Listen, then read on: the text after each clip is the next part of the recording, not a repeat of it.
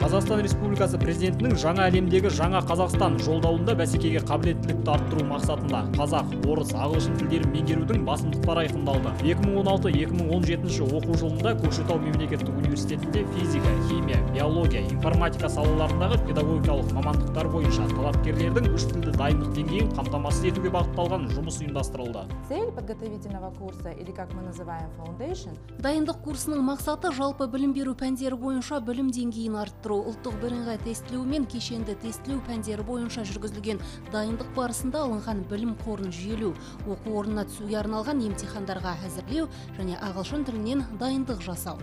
Дайындық курсын тәмамдаған талапкерлер А2 дәрежесін қорғап, сертификат алады. Шоқан Уәлиханов атындағы Көкшетау мемлекеттік университеті биылғы оқу жылында 42 талапкерді дайындық бөліміне қабылдады. Оларға жоғары ғылыми дәрежелі мамандар дәріс оқиды. Оқу процесі барлық қажетті құрылғылармен жабдықталған. Университет қабырғасында дайындық курстарынан өту талапкердің жоғары оқу орнына түсу мүмкіндігін арттырады. Мектеп бағдарламасынан игерген білім қорын жүйелеуге және қазақ, орыс, ағылшын тілдерінен базалық деңгейді меңгеруге мүмкіндік береді. Менің атым Айғожа.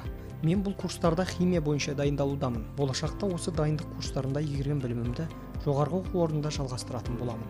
Физика пәні қазір өте сұранысқа ие, және де бұл курсқа келудегі мақсатым үш тілді еркін меңгеріп, осы мамандықтың иесі болу. Дайындық курстарына мектеп түлектері Қазақстан Республикасының азаматы болып табылмайтын қазақ ұлт өкілдері мен Қазақстан Республикасы аумағында тұратын тұлғалар қатыса алады. Дайындық бөлімі болашақ мамандардың бәсекелестікке қабілеттілігін қамтамасыз етеді және талапкердің кешенді тестілеуге жан-жақты дайындалуына жағдай жасайды. Дайындық курстарынан өткен талапкер жоғарғы оқу орнын аяқтаған соң еңбек нарығына үш тілді маман ретінде аяқ басады. Дайындық курстарына мемлекеттік грант немесе ақылы негізде келуге болады.